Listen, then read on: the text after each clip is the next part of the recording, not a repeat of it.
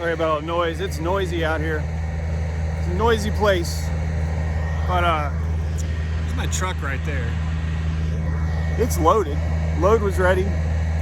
Stoked about that. But what I'm not stoked about is that I can't leave with it. There is a little bit of an issue. So there's a roadside assistance truck coming here to get it resolved. And what's interesting about this is some prime driver did this because they don't really inspect the trailers, but on the trailers they have like they've got language about leaving trailers with issues. And it's possible that this could have happened while the trailer was here. I think that's highly unlikely. I think it's more likely that a driver brought it here like this. It's not really a huge deal, but y'all take a look at this and tell me if you can spot it right away. Show you what's up.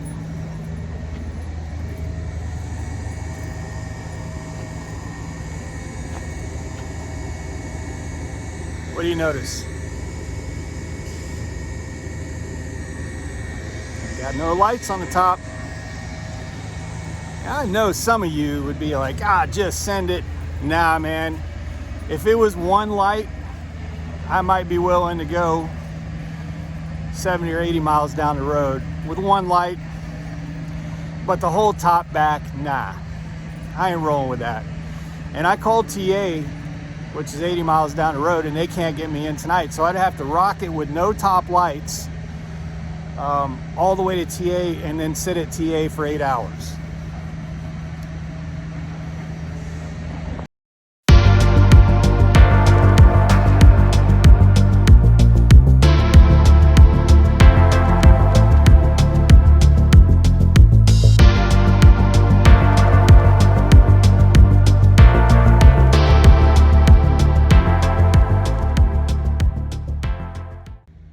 Eric here, Driveline World's okay steering wheel holder. And before I get into some follow-up, I'd love to know right now, what is your tolerance of what you're willing to send? Because I've done videos before about trailers with lights out, and I've had people be like, you're being a wuss about it, just send it. I've had people tell me they don't even get them fixed if there's just one light out. I will get that shit fixed. I know it's inconvenient, but man, usually if it's just one light, it's really quick and easy to get it dealt with. As long as the shop's got availability. But the whole top row, man, I'm just gonna disagree with you if you think that's okay. Not only is it a pretty, you're likely gonna get pulled over the whole top row. It's also dangerous, man. It's also dangerous. So I'm just not. No. Like Road Assist tried to get me to just send it down there and wait all night, and I was like, bro, no, you guys send someone over here and fix it. This shit's loaded. Let's just do the right thing here. When I unfortunately, when I was walking up to the trailer, I said that it said on the trailer, not on the trailer. They have this form here that you fill out. I don't have the form because I had to turn it in, but on it, it says if you drop a trailer that has any DOT issues or mechanical issues, it can be considered a service failure. So I'm not pushing it and trying to get some prime driver in trouble. I'm just saying, if you dropped 201420 at Pillsbury, shame on the mess. I ain't gonna call prime and try to press on any service failure, but I'm just telling you, like, you caused me problems. Don't do that, guys. Come on, just get the damn trailers fixed. I went back there and tried to clean the pigtail connection out and try to see if I could get, something going on there. Nothing.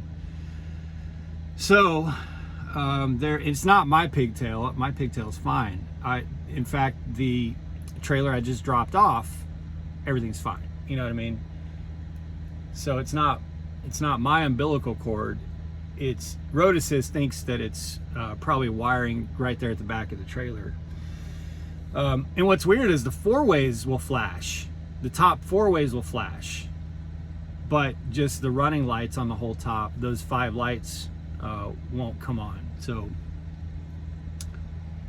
who knows? But it's frustrating because I have another video that I filmed that I'm probably going to put up maybe tomorrow night. I'll put this one up tonight just to get this one up there.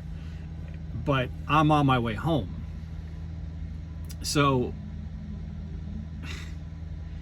it's kind of, okay, I'll be honest with you, this is kind of a convenience because I'm planning on doing 400 miles to set myself tonight, to set myself up to knock out the last few miles, the last drive tomorrow night. But if I left right when I got this trailer, I would have been getting to where I was going too early to find parking. So it kind of works out. They said about an hour or so for the service guys to get here. Kind of works out to help delay me. I went and talked to security and all that so that I'll be arriving where I'm going to park, where I've trip planned to park when the sun's up, and it should be a better time to find some parking. So in this particular instance, it kind of works out to where I just get to sit here, even though this place doesn't have overnight parking unless you're waiting on a load. I kind of get to sit here when I'm not supposed to. So I'm already departed and I already got all that good stuff going, but man, this stuff's a pain in the butt when it happens. And I've been on a really good, fortunate run. I've had probably 3.5 weeks straight of just no issues. No ABS lights, no air leaks, no tire problems, no severe damage to any trailers, no janky doors, no chains that don't hook.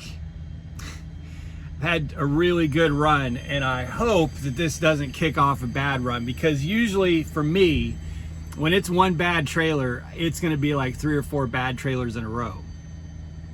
And I've had some bad trailers, man. Jenna and I we were just talking about this the other day. Jenna and I picked up a trailer once at Chobani in New York that had a crack about 1.5 feet long down the side of its air tank. So you talk about sketchy. We actually rocked that trailer to TA. You know what's funny is road assist. We explained to road assist. We explained this whole situation to road assist. We're like, hey, it's just blowing air out. Like it just, you know, like we can drive it, but I'm telling you, the air compressors just, you know. So the road assist says, well, can you get it to the terminal? Can you get it to Pittston? No, we can't get it to Pittston. No. What do you not understand? The whole air tank is cracked. So like, well, can you get it to TA? Well, we probably shouldn't, but we're gonna. This was years ago. And we get it to TA, and then it ended up being like 2 days of transit delay that Prime had to pay us, because that TA had to go get a whole air tank to replace the whole air tank on the trailer, because someone had, I don't know how, someone had run over something or gone over a curb or a rock at a blue beacon or something that just completely blew out the side of that air tank. So, and I think at that time, that was one of those sort of ruts for us where we were dealing with like 3 or 4 in a row of just really bad trailers, lights and bad air leaks. You know, ABS lights are pretty common, which, by the way, I saw somebody on X, this was a few months ago, where he was posting these stickers that he had made. Now, I do not endorse this. Don't recommend this. Don't take this as advice. I just thought it was funny. He had these stickers. It was 2 different stickers. One sticker was, it looked like a light that wasn't on, that he would put over the ABS light on the trailer. He would just stick it on the ABS light to hide the fact that the light was on.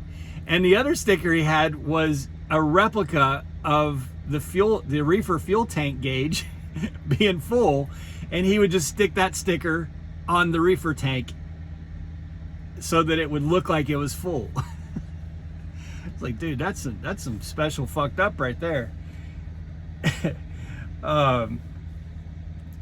But yeah, so that's my night, and I'm freaking jacked. I got good sleep. I showered. Had just a 50-mile drive to get over here. I had good talk with Daniel. Good talking with you, man. He's been leaving a lot of comments, so he and I were finally able to get on the phone and have a really good chat. He's now going through those thunderstorms over in Missouri, which apparently there's a lot of severe weather over there, and there's a bunch of live streamers and all that. I had a good chat with my driver. And you know, I'm jacked. I've got coffee going through my veins, and I was ready, dude. My right foot's made out of lead right now. Like, I am ready to do 64.5 miles per hour. You know what I'm saying? And then just like brakes. Nah, you ain't going nowhere. You sit and wait for this dude to come fix the damn trailer. All because a Prime driver either didn't inspect the trailer or just didn't care and just rocked it in here without the lights working. And again, you know, it could possibly be that it happened while it's here. I'm not saying that's not the case, but I was a yard dog for a while. That's not the kind of thing that would traditionally be caused by a yard dog. Like, that's very, very highly likely that that this trailer was brought here like that. Some of y'all, man, some of y'all. But anyway, again, in the comments, let me know, like, what's your tolerance? Because in the past, when I've posted about lights, people have just been like, oh, yeah, I'll rock it. You know, they're not going to pull you over for that. They're not going to cite you. And again, I'm with one light out. Okay, you know, I still want to go get it fixed, but I'll drive it. I won't like demand that somebody come fix it. But it's the whole top row of the back. It's all 5 of those lights on the back of the trailer. That's too much. I'm not doing that. Plus, shit just makes us look bad, man. You see a Prime truck rolling down the road without lights on the trailer. It's like, dude, you're embarrassing. Get that shit fixed. That's embarrassing. I'm not going to be that guy. My brand is on the side of this truck. Not going to be that guy. Let me know. Be safe, make good decisions, always drive, thrive. Talk to y'all soon.